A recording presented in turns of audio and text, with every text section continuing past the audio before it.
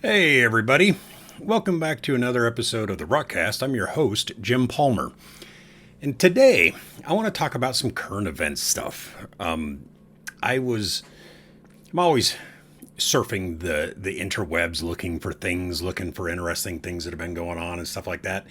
And just recently, I stumbled across a report that I thought was really kind of interesting, mainly because have a quasi relationship with a couple of different elements in this.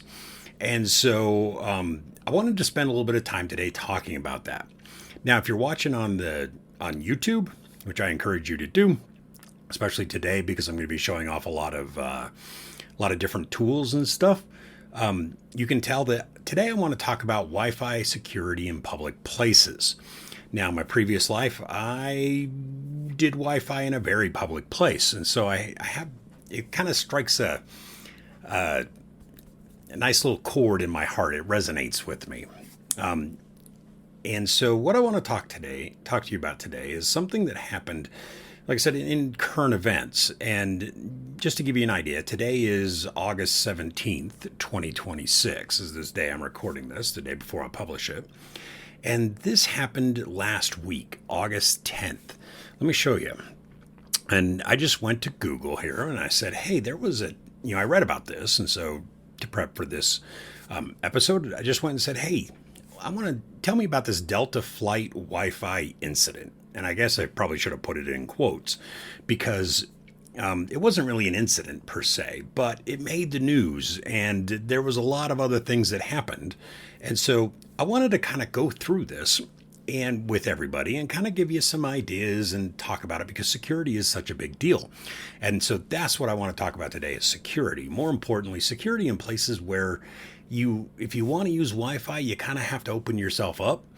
And so it kind of opens you up to some things that maybe aren't great. And so I want to spend a little bit of time talking about that. So for those of you listening, basically the AI overview, because you can't get away from AI these days, is that on August 10th, 2026, an unauthorized rogue Wi-Fi network mimicking official service appeared aboard Delta Flight 591, which is a Boeing 757 traveling from Las Vegas to Atlanta, carrying passengers returning from DEF CON, which is a hacker convention. The flight experienced a suspected evil twin or deauthentication Wi-Fi interference event before the crew disabled the system. So, the flight is going from Vegas to Atlanta on August 10th. And so let's talk about this. A rogue wireless network named Delta Wi-Fi Fast surfaced mid-flight, prompting concerns that a pocket-sized hotspot or hardware tool was used to interfere with devices. Now, again, this is AI, and AI is not always right. So use AI, but also use it with a grain of salt. So a rogue wireless network is kind of a misnomer. Now, in this particular case, it very well could have been a rogue wireless network because in order to operate on an aircraft above 10,000 feet, you have to meet certain criteria. So in this particular case, I'll actually go with it and go, yeah, this was probably a rogue because I'm guessing that the individual that decided that this was a good idea, and I can tell you, jumping to the end, that DEF CON has come out and said, we're very specific about this. And if you've ever done any type of security stuff, they always make you stand up and raise your right hand and go, I swear that what I'm about to learn here is not to be used for bad. It's that you use the information and the tech and the knowledge that you have responsibly. And obviously this person did not use their information and knowledge responsibly. And so in this case, it would be a rogue. Now, in the case of sitting in your house or sitting in somewhere else that's below 10,000 feet, a rogue wireless network isn't necessarily a rogue unless it's doing something else, because this is unlicensed spectrum we're talking about. Unlicensed spectrum means that anybody can use it. You don't have to be licensed. You don't have to pay stuff. You just have to, it's regulated. I talk about this in some of my other presentations. It's regulated, but it's not licensed, which means anybody can use it. So instead of it being a rogue, because I seriously doubt there was anything else that was going to qualify this network as being a rogue, the proper term is actually an unknown neighbor.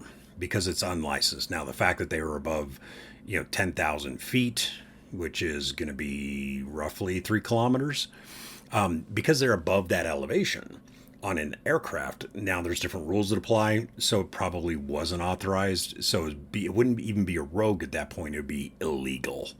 A rogue is generally a wireless network that's plugged into your wired network. In that case, it's now offering unauthorized access wirelessly into your wired network. So there it is.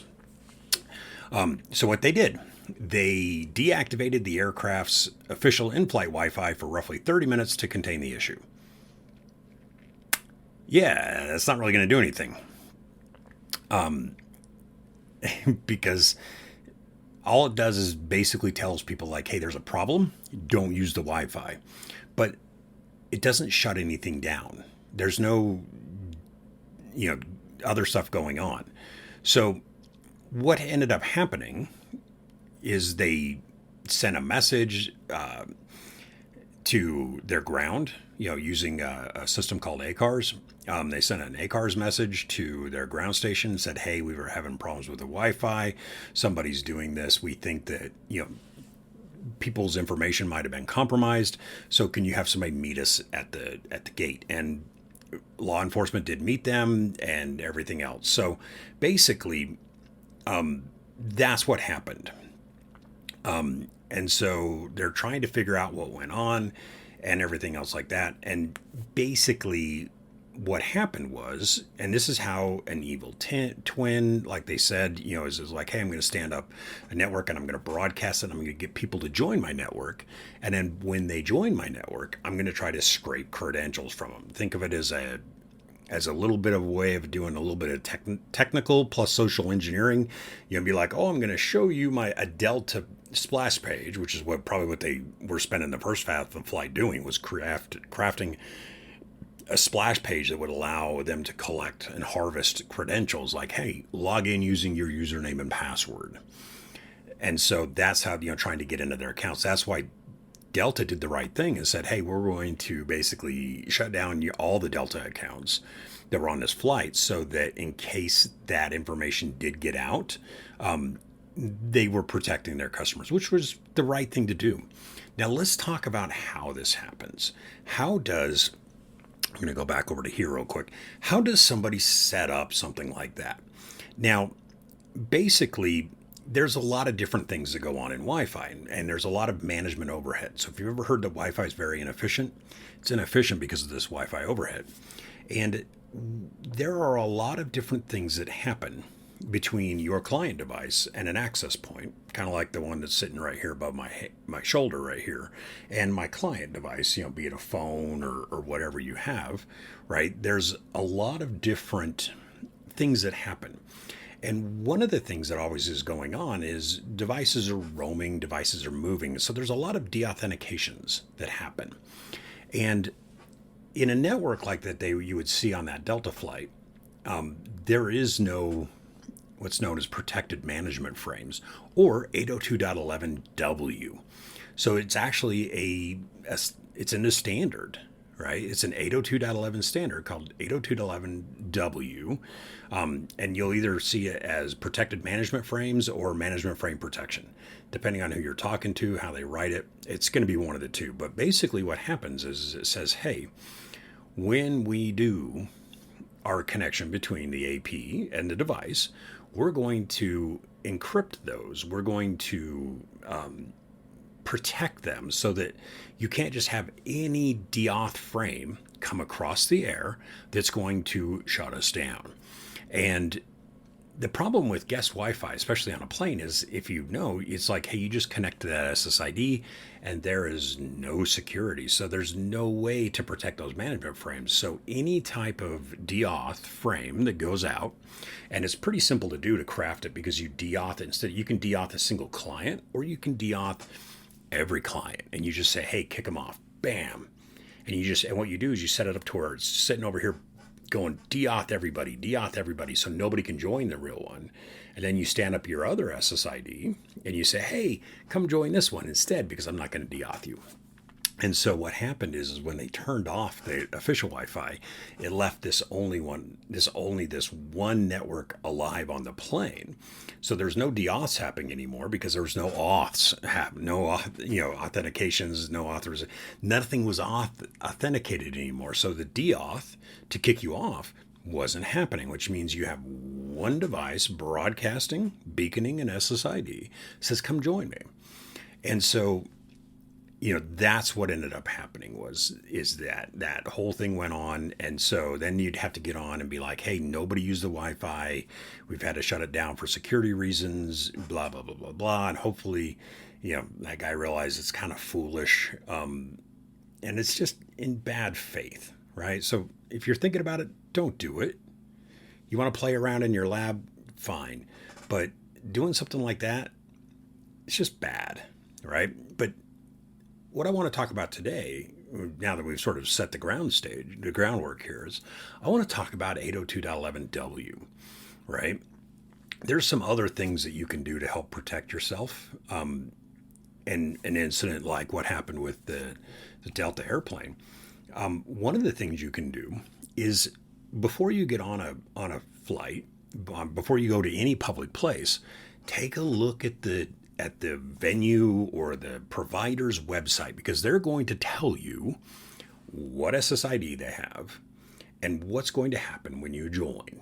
So if you brief yourself ahead of time going, hey, I'm going to get on this plane, do they have Wi-Fi? What does it look like? And so when you see an SSID that is just sort of random, that doesn't fit what you've learned about the location you're going, don't just randomly join it.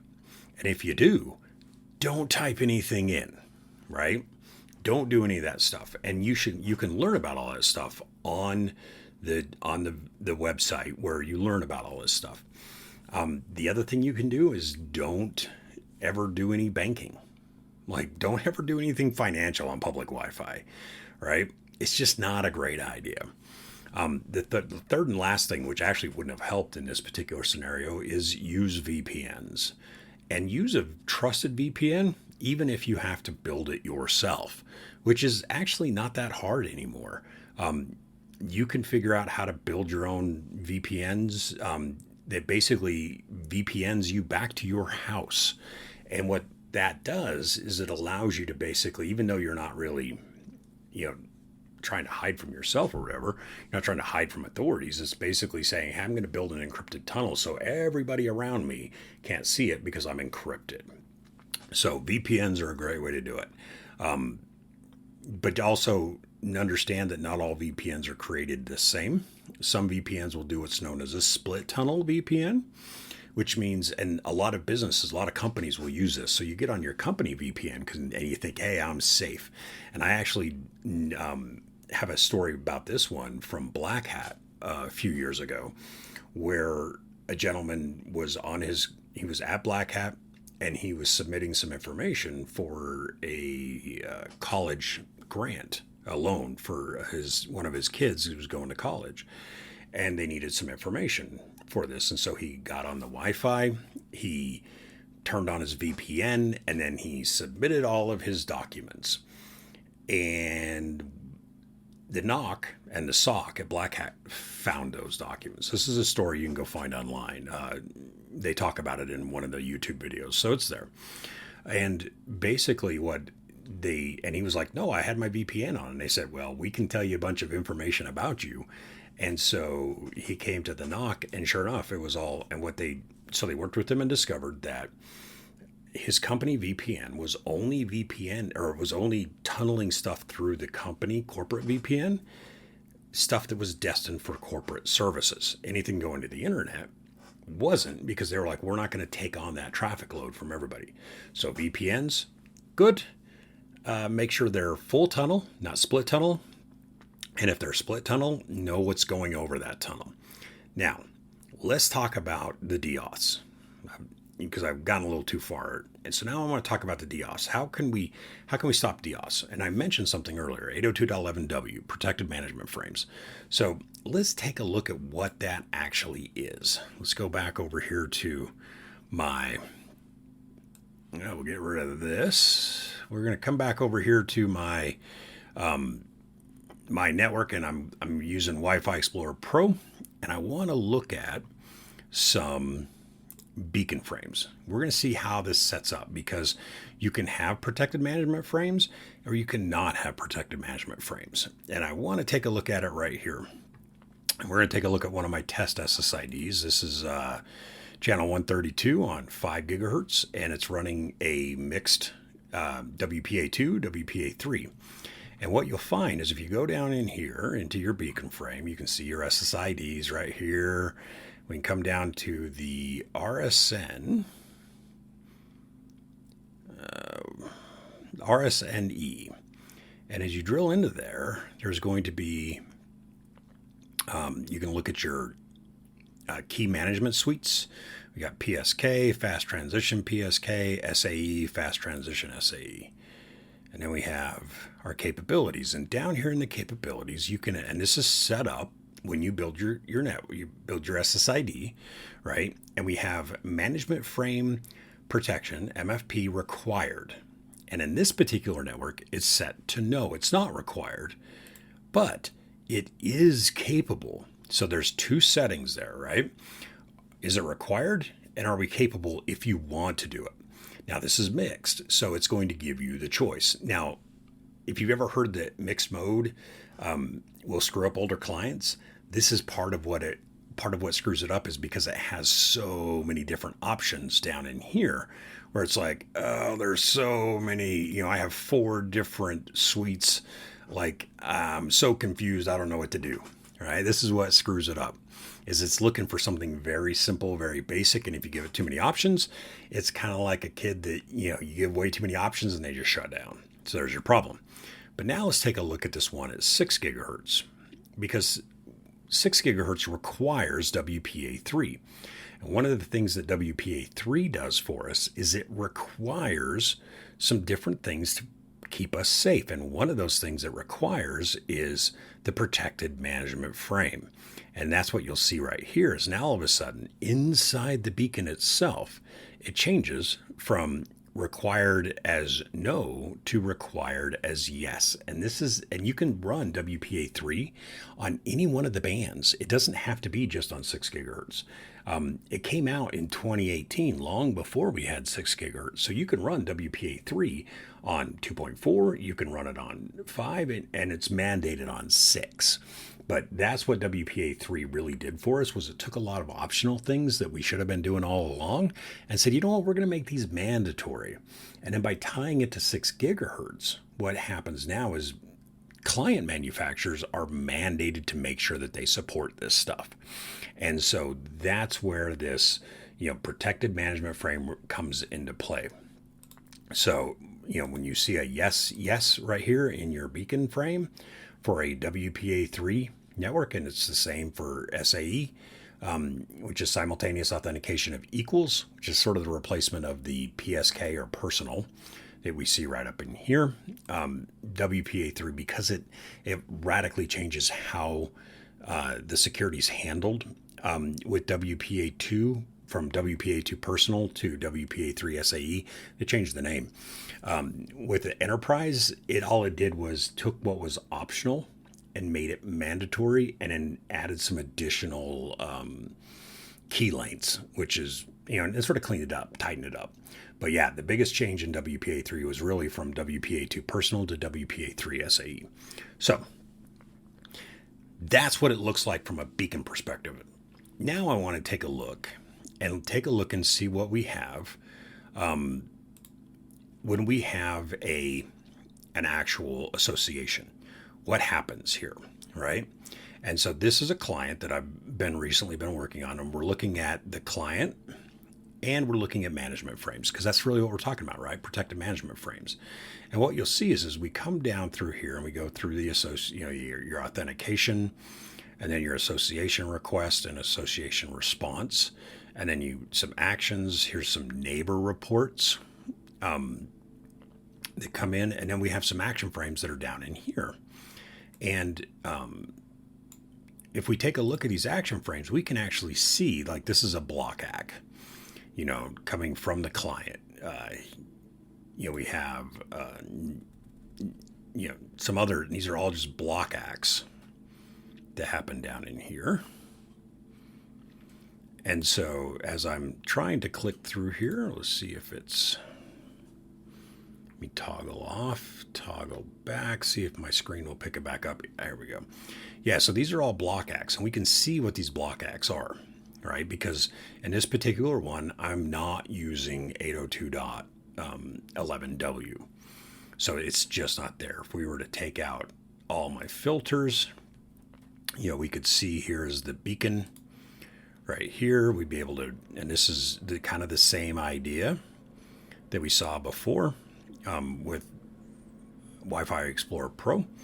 And we can actually see the management. We can see the capabilities.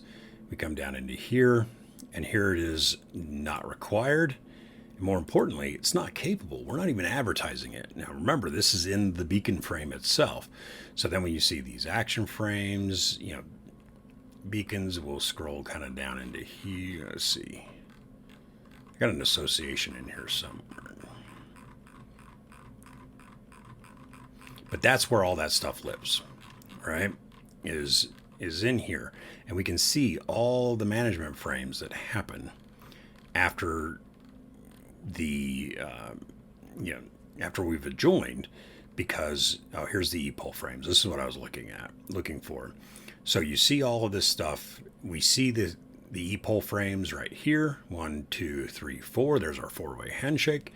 And so, but then all the different management frames that come after that, we can look into these and we can see what all these different things are because they're not encrypted. They're not protected. So let's now put this, let's switch it and take a look at what a different PCAP would look like. In this particular one, we have 11W turned on. And so you see the association request, you see the association response down here, and we can see all of our fixed parameters and our tag parameters. That's all still in the clear. But then everything after this, all of these different management frames, you see this? It's just encrypted data. Basically what happens is we are now protecting. So any deauth frames, anything else that happens, all my retries on this particular one that I was testing with, all these things that happen are actually all encrypted and we can't see any of that information. So that's what 11W does. So, now you're going to ask me, hey, Jim, what about something that doesn't require, encryption? What about, like on an airplane? So there's a third one, a third thing we haven't talked about called OWE, which is Opportunistic Wireless Encryption. And this is the replacement for Open. Now, I first saw this in 2018, about the time WPA3 was coming out. And I was so blown away because what OWE does is it gives us encryption without authentication. And what that means is when you're running a WPA2 personal or a WPA3 SAE, by giving somebody the passphrase, if I say, hey, here's my passphrase, password 1234. That's the passphrase to my Wi-Fi network, right? Neighbor comes over and I give that to them. By me giving them the passphrase, that's me authenticating them onto my network. And so I'm authenticating them and then they get encryption because they have that key. With OWE, what we're doing is we're giving the users, we're giving the devices encryption without authentication. We're saying, hey, we don't know who you are. We don't know, we're not going to even try to pretend whether you're supposed to be on this network or not. We're not going to do that. But I still want to give you a bump in security and make sure that you're protected. And so we're going to do a thing called Opportunistic Wireless Encryption, in which the device and the AP build an encryption opportunistically without anybody having to intervene. And they go, we're just going to come up with some encryption that is secure, that allows you to be on my network, but I'm not going to authorize you to be on my network. So then I'm going to build you a nice little tunnel, and I'm going to tunnel you straight out to the internet, or I'm going to tunnel you to a captive portal page, or I'm going to try to collect more information from you, or allows you to get to some place where you can sign up for an event or something like that, right? And I'm just going to say I'm going to allow you to encrypt. I'm going to tunnel you to wherever it is I want you to go. I'm going to protect myself because I'm not authorizing you to be on my network. And so with OWE, we get management frame protection. Now, had this been running on the fly, what would have happened is he would have started setting off his little deauth frames, and everybody that was using 802.11w just would have been like, plugged their ears and not listened, and just been like, nope, you're not coming from the device, the AP, the infrastructure that I trust, because I wanted to join that infrastructure. I didn't want to join, somebody's little, I think I got a couple of them up here, little Raspberry Pi or, whatever other device you have, right? All these little single board computers that everybody uses, right? Because they can send us stuff off. They can send off a deauth frame, but because it's not the infrastructure that you trust, it doesn't listen to it, and everything, just keeps running normally, and his attack fails. And we don't hear about it on the news, and I don't have an episode to talk about on the RUCKCast. So at least he did it. But that's my episode for today. Thank you for sticking with me. And, kind of going through my rant on security. But again, security is a lot about taking care of yourself just as much as allowing somebody else to take care of you. If you have any other questions about security, reach out to me, reach out to the Ruckus website. We have an entire section on security. I've written a bunch of blogs there. And, because security is not something you can do one time and forget, it's an ongoing thing. So keep that in mind and stay safe out there. And until next time. Hey there. Thanks for listening. If you like the show and haven't done so, please like and subscribe. If you want to contact the show directly, you can email us at ruckcast@comscope.com. I do read those emails. To learn more about any Ruckus products or services that we've talked about on this or any other prior podcast, please check out our About section of the show or the show notes. And as always, thank you for listening.